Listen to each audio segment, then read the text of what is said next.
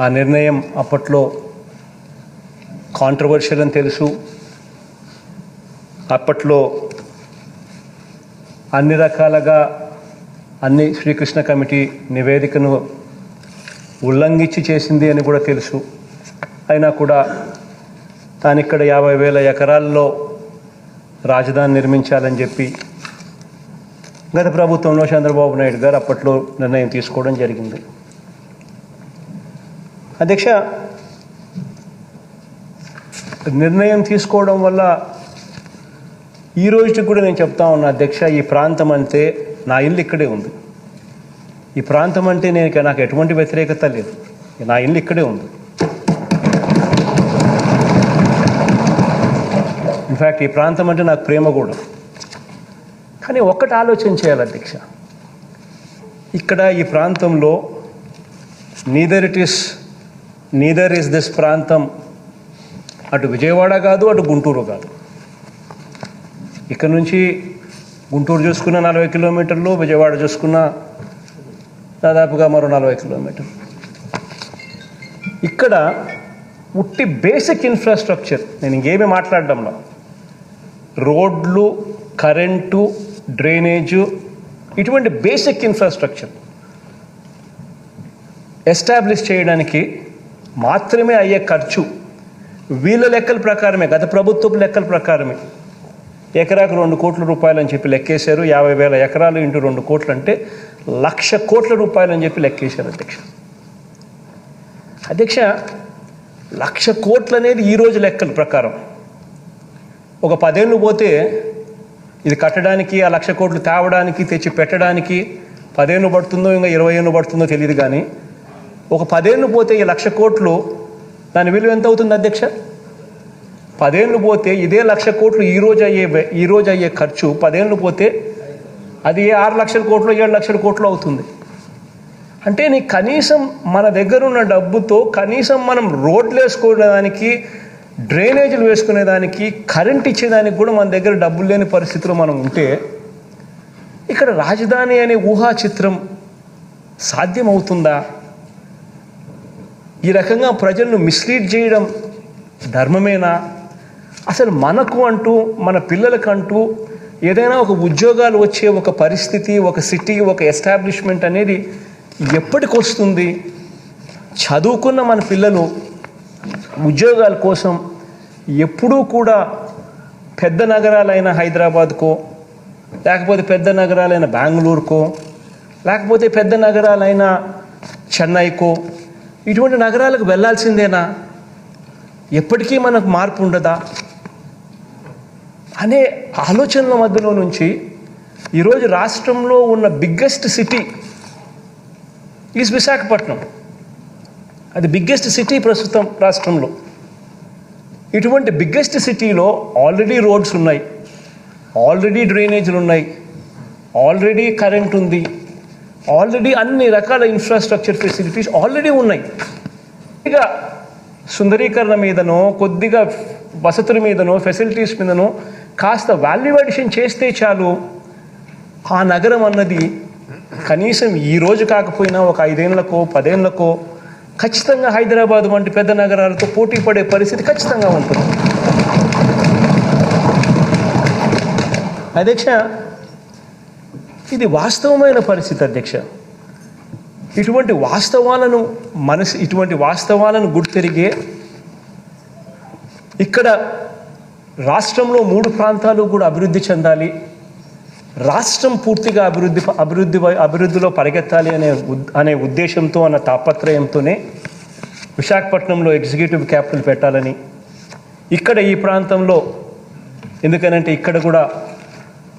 ఇక్కడ ఆకాంక్షలు కూడా ఉన్నాయి కాబట్టి ఇక్కడ ఈ ప్రాంతంలో లెజిస్లేటివ్ క్యాపిటల్ ఇక్కడ పెట్టాలని, కర్నూలులో ఇంతకుముందు 1953 నుంచి 1956 దాకా కర్నూలు ఆంధ్ర రాష్ట్రానికి క్యాపిటల్, అటువంటి క్యాపిటల్ని అక్కడి నుంచి షిఫ్ట్ చేశాం.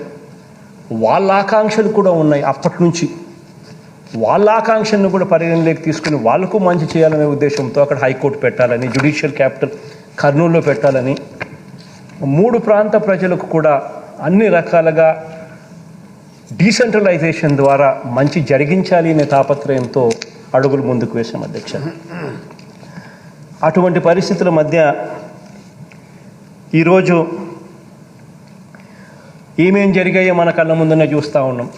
ఈ దాదాపుగా ఈ 1.5 సంవత్సరం 2 సంవత్సరాలుగా ఈ ఆలోచన మనం చేసినప్పటి రోజు నుంచి చూస్తే ఈ 2 సంవత్సరాలు 1.5 సంవత్సర కాలంలో రకరకాలుగా దీన్ని వక్రీకరిస్తూ, రకరకాలుగా దీన్ని ట్విస్ట్ చేస్తూ, రకరకాలుగా అపోహలు క్రియేట్ చేస్తూ, రకరకాలుగా న్యాయపరమైన చిక్కులు క్రియేట్ చేస్తూ రకరకాలుగా దీనిని తీసుకొని పోతా ఉన్నారు అధ్యక్ష.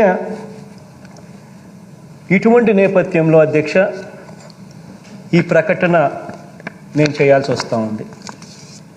అధ్యక్ష, రాజధానుల వికేంద్రీకరణ బిల్లు ఆమోదం పొందిన వెంటనే 3 ప్రాంతాలకు న్యాయం చేసేలా 3 రాజధానుల ప్రక్రియ ప్రారంభమై ఉంటే ఈరోజు దాని నుంచి మంచి ఫలితాలు ఈపాటికే అందుబాటులోకి వచ్చి ఉండేవి. నాటి శ్రీబాగ్ ఒడంబడిక స్ఫూర్తితో వెనుకబడ్డ ఉత్తరాంధ్ర సహా అన్ని ప్రాంతాలు కూడా సమాన అభివృద్ధి చెందాలన్న ఆకాంక్షతో వికేంద్రీకరణ బిల్లుని ప్రవేశపెట్టడం జరిగింది. గతంలో కేంద్రీకరణ ధోరణులు ఒకచోటే పూర్తిగా కేంద్రీకరణ అయిన పరిస్థితుల మధ్య కేంద్రీకరణ ధోరణులు ప్రజలు ఎంతగా వ్యతిరేకించారో 2019 సార్వత్రిక అటువంటి చారిత్రక తప్పిదాన్ని ప్రభుత్వం పాల్పడరాదని ప్రజల తీర్పు స్పష్టం చేసింది. కాబట్టే వికేంద్రీకరణ సరైన విధానం అన్నది బలంగా నమ్మి అడుగులు ముందుకు వేశాం. అధ్యక్ష, అన్ని ప్రాంతాలు, అన్ని కులాలు, అన్ని మతాలు, వీరందరి ఆశలు, ఆకాంక్షలు ప్రభుత్వం పరిగణనలోకి తీసుకుంది కాబట్టే, వాటిని ఆవిష్కరించింది కాబట్టే మన ప్రభుత్వాన్ని గడిచిన ఈ 2.5 సంవత్సర కాలంలో జరిగిన ఏ ఎన్నికలను తీసుకున్నా కూడా ప్రజలు మనసారా దీవిస్తూ వచ్చారు ఈ ప్రభుత్వాన్ని.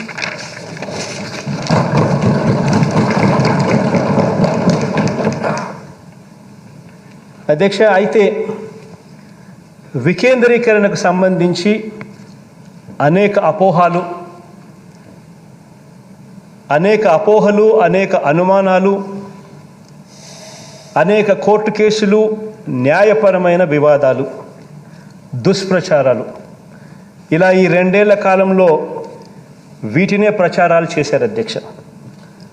అందరికీ న్యాయం చేయాలన్న ప్రభుత్వ సదుద్దేశాన్ని పక్కన పెట్టి కొందరికి అన్యాయం జరుగుతుందన్న వాదనను కూడా కొంతమంది ముందుకు తోయడం కూడా మనం అంతా కూడా మన కళ్ళతో చూసాం.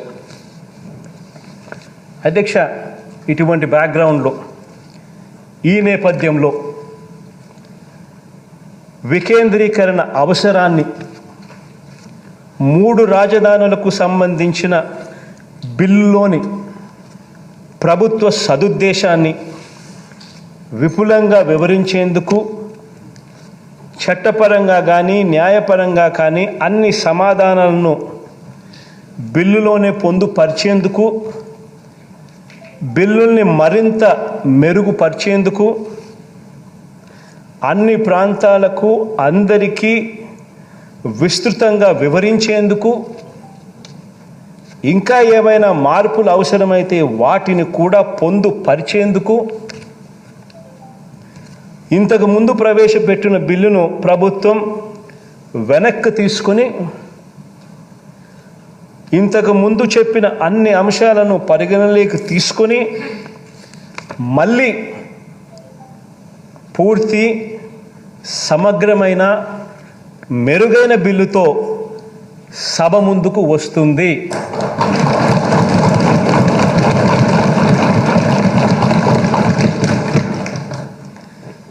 విస్తృత, విశాల ప్రజా ప్రయోజనాలను కాపాడేందుకే ఈ నిర్ణయం తీసుకుంటా ఉన్నాం అధ్యక్ష. థ్యాంక్ యూ అధ్యక్ష.